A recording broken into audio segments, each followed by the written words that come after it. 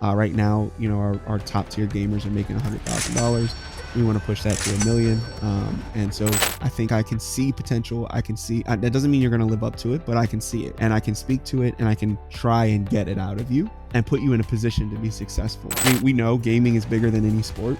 Gaming is bigger than movies and TV combined. Gaming is bigger than movies and music combined. And so, we know that's the case, but I always say it like this.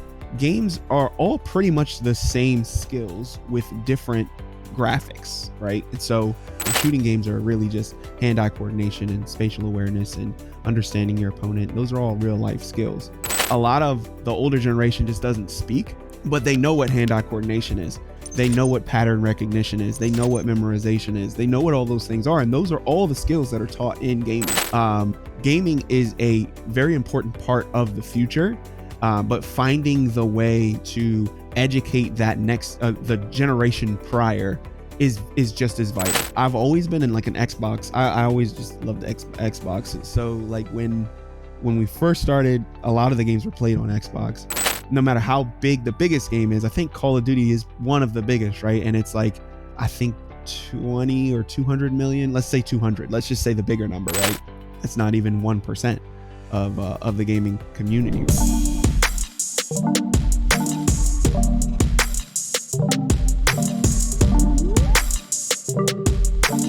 Welcome to another episode of Leadership Talks. I'm your host, Martin Rowanski, and today we have a very special guest joining us.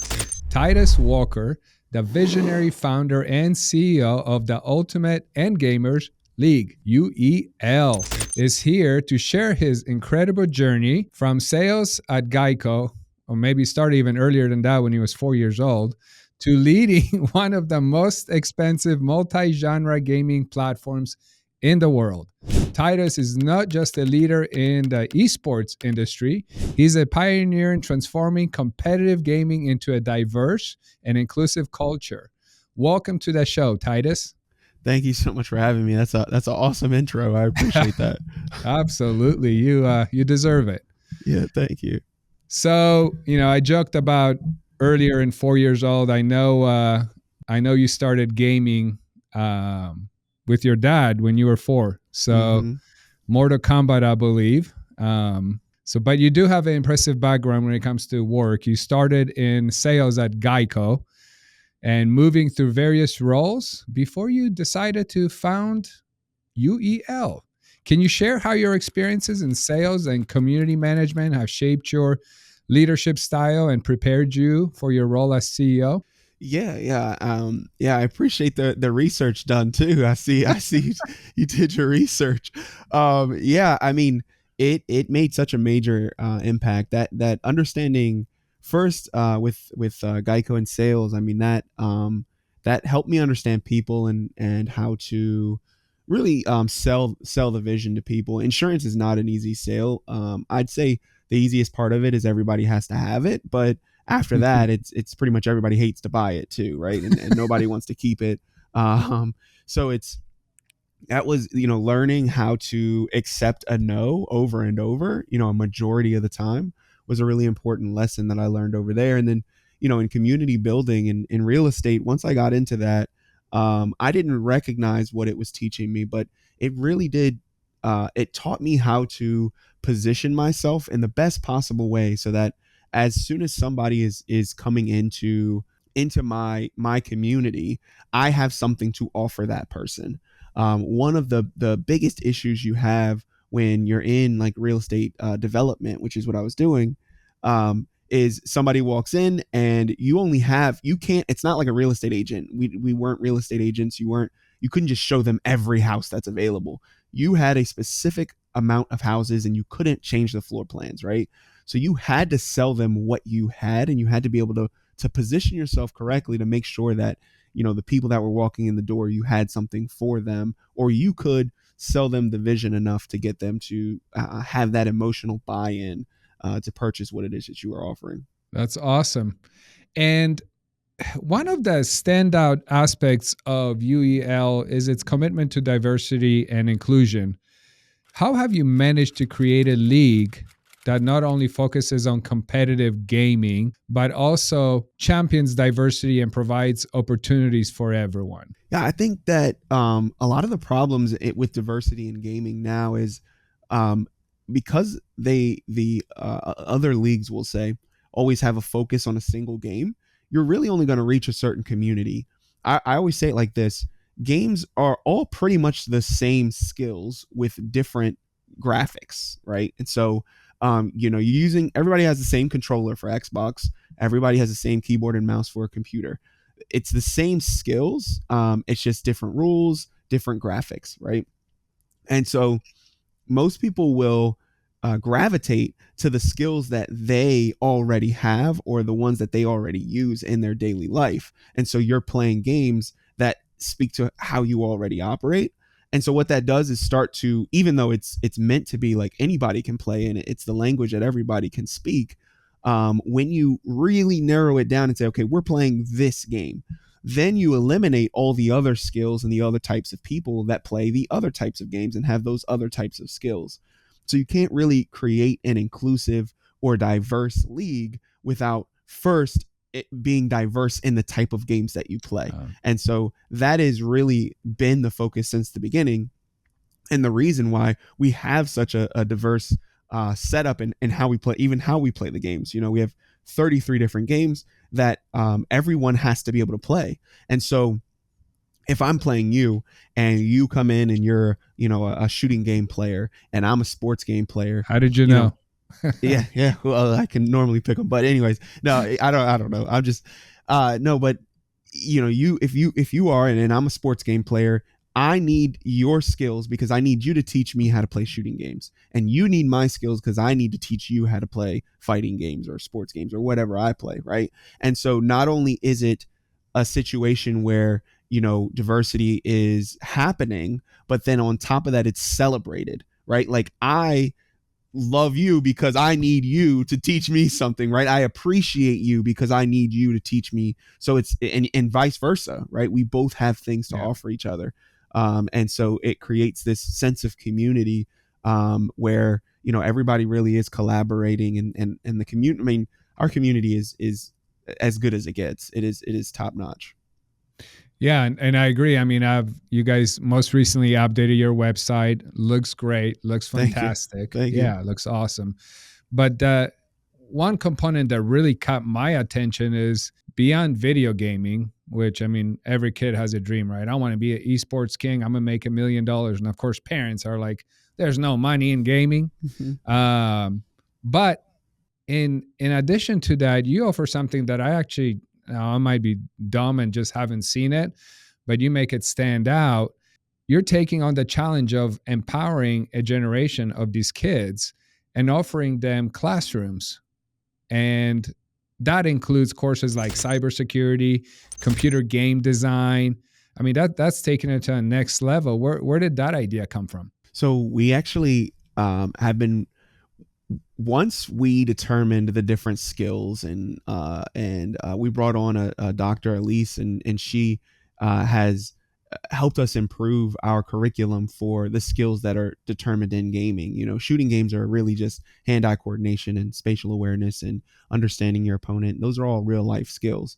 So finding a way to teach those in the classroom is important because that's how you reach the kids that are already doing those things. And a lot of times we don't ever speak to those because most parents don't even recognize that those skills are learned in those games, right? Like how I learned to overcome in gaming, right? I learned how to play a game, and learn to develop skills to then overcome things that seem impossible in the beginning. And over time, you learn to develop the skills that are necessary to beat that game. And that's the language of gaming that a lot of the older generation just doesn't speak. But they know what hand-eye coordination is. They know what pattern recognition is. They know what memorization is. They know what all those things are. And those are all the skills that are taught in gaming. It's just in a digital environment. And a lot of times the people playing the game don't have the ability to articulate what it is that they're actually learning. So they just think, oh, you're just playing Call of Duty, when in reality, there's so much more to it. So finding a way to bridge that gap is extremely important to us. And then on top of that, there are so many things, like you said, in game development and cybersecurity and all of the avenues outside of gaming. I think that you're right in that you don't see a lot of that, but what you do see a lot of is the workforce development programs and those types of things. A lot of people try to create those, but a lot of times you notice they're not necessarily in gaming, so they don't know how to communicate it or don't effectively communicate it. And so what ends up happening is they start trying to push the kids to do something else other than gaming because they believe that there isn't money in gaming, when in reality, like, there is. You just have to find out how to develop it, right? Like, the military is using military, airplanes. They're all using simulators and gaming systems. Elise, who came from the Space Force, they learned how to pilot they're learning how to pilot in space from video games and simulators, right? And so gaming is a very important part of the future, but finding the way to educate that next the generation prior is just as vital, right? Because we shouldn't wait 30 years to have the next generation take over and then it becomes a thing. It's already a thing. It should be a thing, and we should find ways to implement those real life skills or show how they are implemented in real life, and that is a big focus of ours. That's awesome. And I know you already mentioned briefly, but you started on Sega Genesis when you were 4 years old. Yeah. I started with Mortal Kombat, which is a terrible game, but at least for a 4-year-old, it's a great game, but it's not for a 4-year-old. Yeah. But I mean, it was what my dad was playing, and it really allowed me to equal the playing field, right? Like, that was what I loved about it. Everyone was on the same playing field, right? We both have 2 fingers or 2 thumbs, right? We both have that's all we needed. Once you had that, from there it's all up here, and that's really what I loved about it. It was like an equalizer, and so I try my best when developing this league. That was a main focus of mine. How do we equalize it? How do we make it to where anybody can get in with enough work, right? With enough effort, and that also creates this diversity that doesn't end up just being. I mean, 38% of our audience and of our gamer base is women, right? And I think it's like 70% is people of color. It's like it's very, very diverse, and it's on purpose, but it's also not like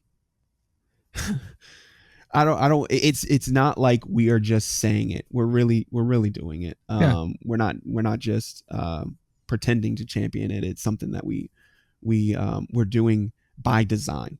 Yeah, you're standing behind your mission and vision. Yeah. Absolutely.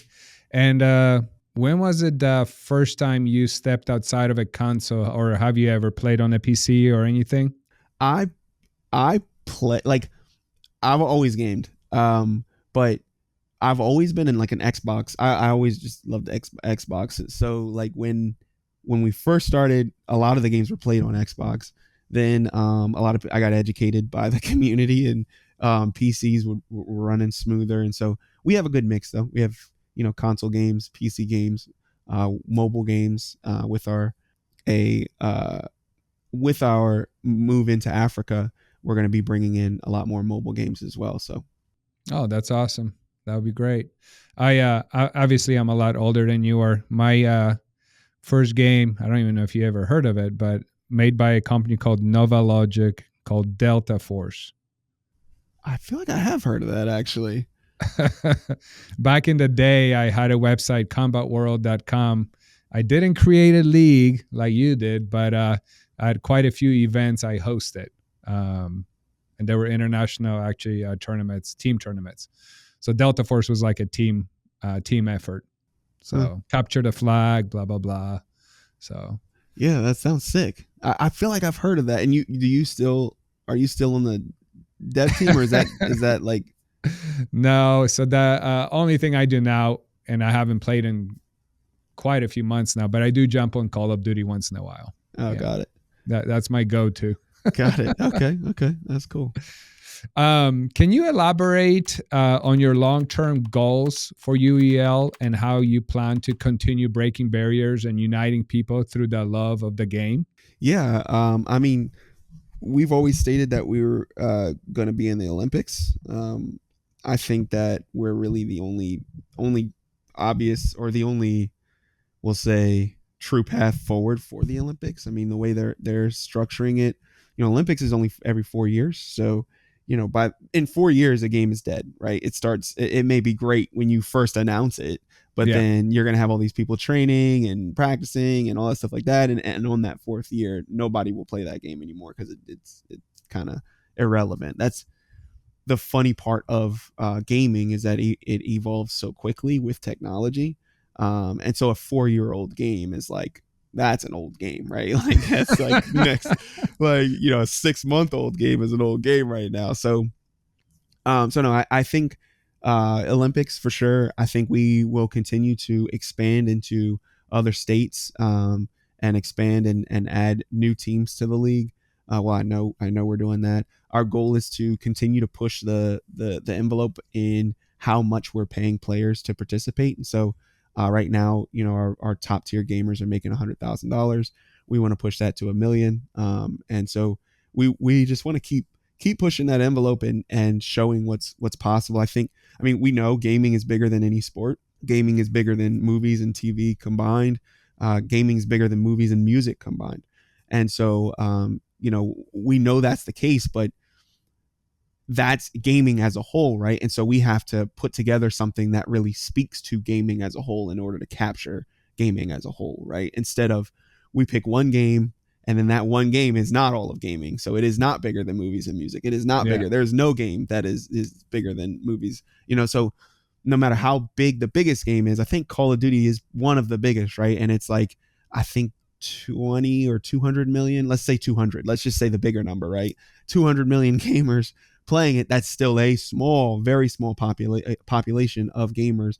I mean, we're talking, it's not even 1% of the gaming community, right? And so in order to capture a larger percentage of the gaming community, we really have to focus on diversity, and then we can speak to the gaming statistics, and that would be the goal.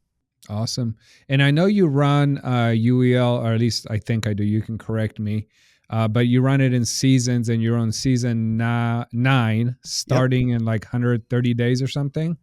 Yeah, season 9 actually started last week. So it already started. Yep, Okay. yep. We're getting ready for season 10. So during season 9, we promote for season 10. So yeah, season 9 started. We actually today is technical timeout at I think it's at 8 p.m. or 6 p.m. I'm horrible for not knowing, but then tomorrow we actually have a match. This week is going to be electric too. There's going to be so many good matches this week, and so they start at 6 p.m. tomorrow. So it's gonna be fun. Awesome. And how long do the seasons last? 6 months. Okay, so Quite 2 seasons while. a year. Yeah, 2 seasons a year. That's awesome. And are they televised or anything, or just streaming? We stream them across 8 platforms. We don't put them on television at this point. We've gotten offers from some like channels that are on, like, Roku or Apple TV, that type of stuff, but we haven't taken any like exclusive deals at this point. Got it. And when you guys are in season playing, you said next week's going to be good. What are the players coming to a central spot, or is everybody remote? Nope, everybody's in person. They all come to the arena that we have in Fredericksburg. Okay. Yeah, in Virginia. Yeah, I saw you were located in Virginia. Okay, so do people travel from quite the distance to get there? Oh yeah. Yeah, we got people that come out from Vegas. We actually just had a player that moved from Vegas for the season. Yeah. Yeah, and we've had that happen a lot. We have a lot of players from New York. We have players from further down south. They're kind of all over. Have you taken it on the road as far as having it somewhere else, or is it always going to be in Virginia? We've done events elsewhere, but because we're not like most esports companies are doing an event like every 6 months. We're doing an event 4 days a week. So it's like we have to have a home base. We can't really right now at least. Eventually we'll get to a point where there's arenas kind of all over and the teams are traveling to the different locations, similar to like NBA, NFL. But for now, we need a home base because there's a game every Thursday, Friday, Saturday, Sunday, right? So you have to, we're consistently putting out content. And so that this becomes it's a different animal altogether. Yeah, no, I mean, just the fact that you guys are not focused on one game, which would make it obviously a lot easier to travel. You're playing different games. There's a Yeah. diverse factor behind it, so home base is probably a good idea. Yeah. Yeah. So what's next in your journey? Man, I would say up next for me is a lot of this, a lot of like, appearances, doing just awareness, bringing all around awareness. I've got a lot of travel that I have to do. Not my favorite thing, but could be worse, I guess. And then, yeah, just getting the word out. That is the goal for me.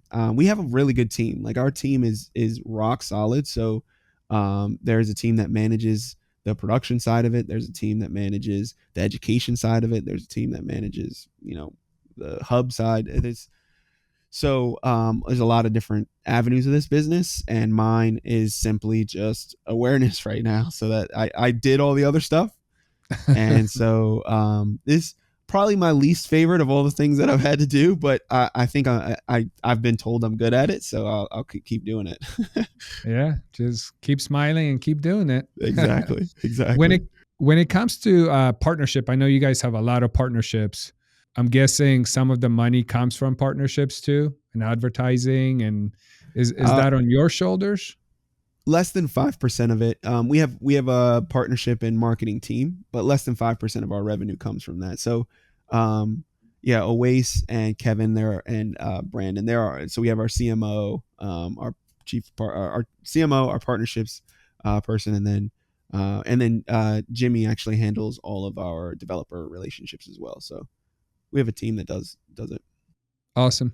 And when it comes to your team and specifically leadership team, would you say, not to be age specific, but would you say you're the youngest on the team? I'm curious. I think so. I had a feeling you would say that. I think so. Yeah. I never That's thought about awesome. that ever. Yeah.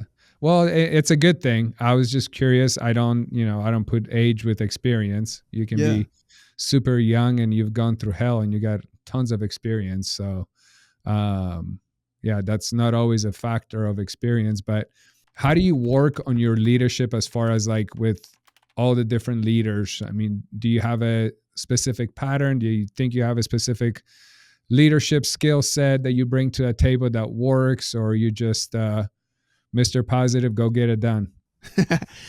uh, um, so man, I have never thought of that fact that what it is. That's weird. It's got me tripped up a little bit. No, I think so. I do a lot of reading. Uh, Audible. So not reading, but Audible, like, on the road. And I try and Yep. read a lot of like leadership books to try and learn, what are my leadership skills or how to enhance or improve my leadership skills. I think the one thing that I would hope that the team appreciates about me is I'm a pretty open book, and I try to keep everybody as much on the same page as possible. But I'm also really good at um, understanding people's skills and potential. I think that is one of my very I think I'm skilled at that. I think I can see potential. I can see that doesn't mean you're going to live up to it, but I can see it, right? And I can speak to it, and I can try and get it out of you and put you in a position to be successful. From there, I also, because I can see it, I can appreciate it, and I'm very appreciative for the skills that people put towards my baby or our baby at this point. And so as I've grown the team with a lot of care and appreciation, I think that everybody's kind of grown to understand that about each other. Like, you may not agree with this person, but there's going to be a level of respect there, Yep.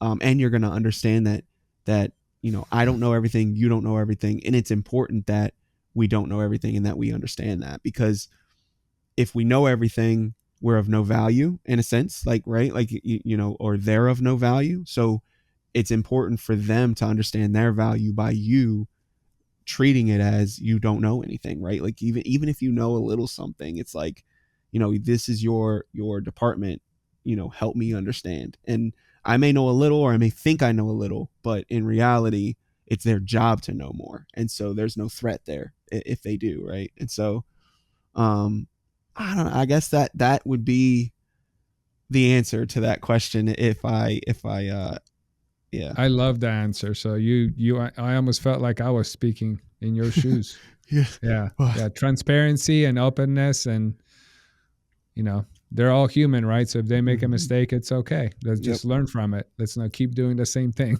Yep, exactly. Yeah, and I mean the team's really good about that. We hold each other accountable. I mean I really couldn't do it without them. It's this team has grown very organically. People really see the vision. They want to be a part of it, and they're okay with it being my vision. And they trust and appreciate and respect my vision. But then I also respect it as their adopted baby as well, right? Like, Yeah. it's not my vision to me, it's our vision now, and so let's figure out how to make it work. And I think that works really well for us. Awesome. Well, to lighten things up, I know you just said you don't like to travel or you don't look forward to it, but if you were going just for fun and you're getting on a plane tomorrow, what is your first place you think of to go to? Italy. I love Italy. Like, I'm gonna be there in 3 weeks. oh, you lucky. See you there. Come on. Oh man. Yeah. I cannot wait to take my wife back to Italy. Like, it is so nice there. It's the most peaceful place. I absolutely love it there. Like, yeah, Italy, 100%. Yeah, I'm with you. Do you have kids? I do. Yeah, I have 7 kids. How many? 7. Okay. Yeah. How old's the oldest? So Jada is 15. And then it goes kind of just in order, stair stepping: 14, 13, 12, 11, 11. And then we have a 4-year-old. Wow. Okay. Yeah. Are you playing with the 4-year-old? Video games. Yeah. He's a beast. Like, he's